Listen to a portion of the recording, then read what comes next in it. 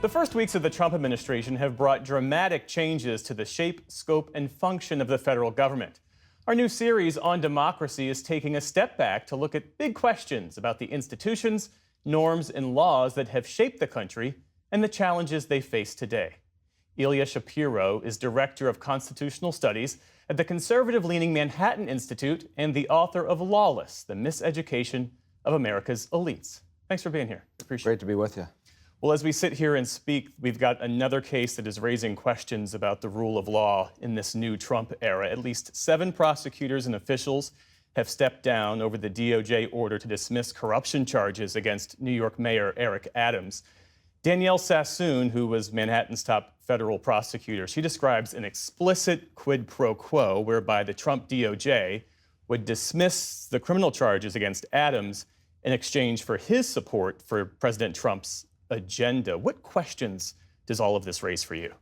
Well, I think it's a disagreement of political judgment between different prosecutors. The U.S. attorney disagrees with what her superiors say. The principals are denying that there's a quid pro quo, so we don't quite have evidence of that. And Eric Adams, for the last year or so, has been moving in a direction to crack down on illegal immigration anyway. So I don't know whether he'd be behaving differently in the first place. But ultimately, this is a judgment call, and the U.S. attorneys, whether in the Southern District of New York, which sometimes thinks of itself as its own sovereign district, they sometimes call it, doesn't get to make that call at the end of the day. And if the superiors decide that the underlying evidence is flimsy or the prosecution itself was politically motivated and doesn't serve the purposes of justice, that's their call to make, and ultimately the voters will evaluate that. The deputy AG, in his letter explaining why the case against Adams should be dropped, he cited the need for Adams to help with Donald Trump's immigration policy.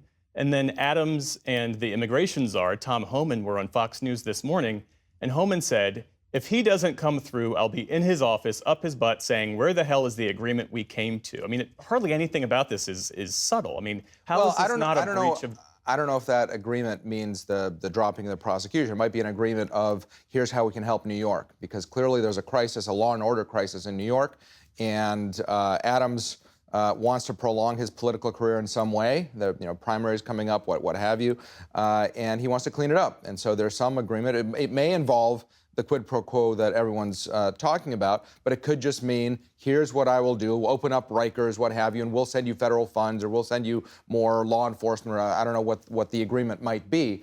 But Adams wants to work with this administration on the illegal immigration problem. So in your view, this is not, so far as we know, a fundamental breach of justice? We don't have, there's no evidence in the record, a prosecutor would say, to say that. There are allegations, and you can make a case, but on the face of what has come out, the dueling letters and what have you, this is just a disagreement on prosecutorial discretion. President Trump, the Trump administration, they have frozen domestic spending, frozen foreign aid without congressional approval. They've dismantled USAID, threatened to dismantle the Education Department. There are dispassionate observers who look at this and say that this is textbook executive overreach. How do you see it?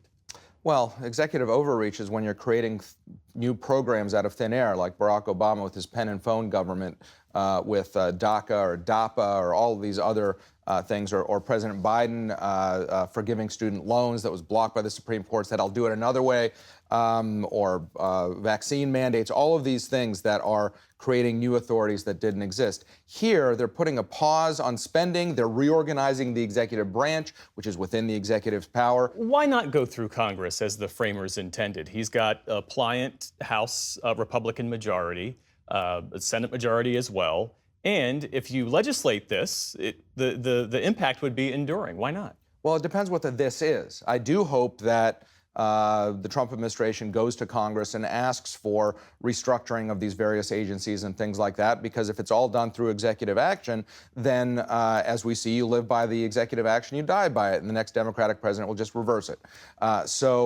It would take an act of Congress to eliminate the USAID or to eliminate the Department of Education. But reorganizing certain things, shifting funding priorities, auditing the accounting and the finances and things like that, that all is fully within the purvey of the government, including of DOJ.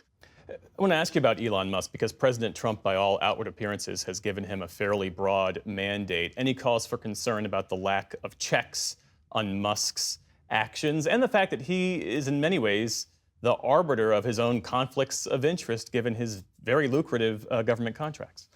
Well, the conflict of interest is a political story. I mean, it's if the administration takes political hits for having a lax conflict of interest policy for President Trump himself, for example, that's a judgment call for the voters to make ultimately in the midterms coming up and what have you. Musk is a special government employee, which means he has authority to run this. He has his tech gurus, these guys with spreadsheets and green eye shades and whatever else that are identifying money that looks like it's mismanaged, misspent. Again, not saying, Congress said spend that on this, but we're not going to do that. That's not the case. Where there's discretion by the agency, they're looking at things that this administration might have different priorities.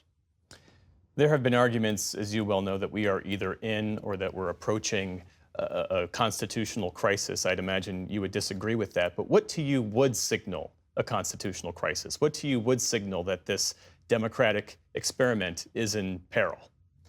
Well, it's interesting that you say democratic experiment, because when the executive branch, when the bureaucracy does not implement the directives of the political leadership that's responsible to the voters, that's a problem. I mean, a constitutional crisis is something like one branch going and doing things that are not within its authority, that courts are telling it to stopping to do, ignoring court orders. Trump has said he's not going to ignore court orders. He's going to appeal them, and he's taking it to the Supreme Court. And almost certainly, most of these things won't get to the Supreme Court. Certain things he might win on, certain things he might lose on, but that's the process. The American people are not buying this language that is simply an indication from the left that they don't like this restructuring of government, the new priorities, all of these certain things. Fair enough. That's a political argument to be had.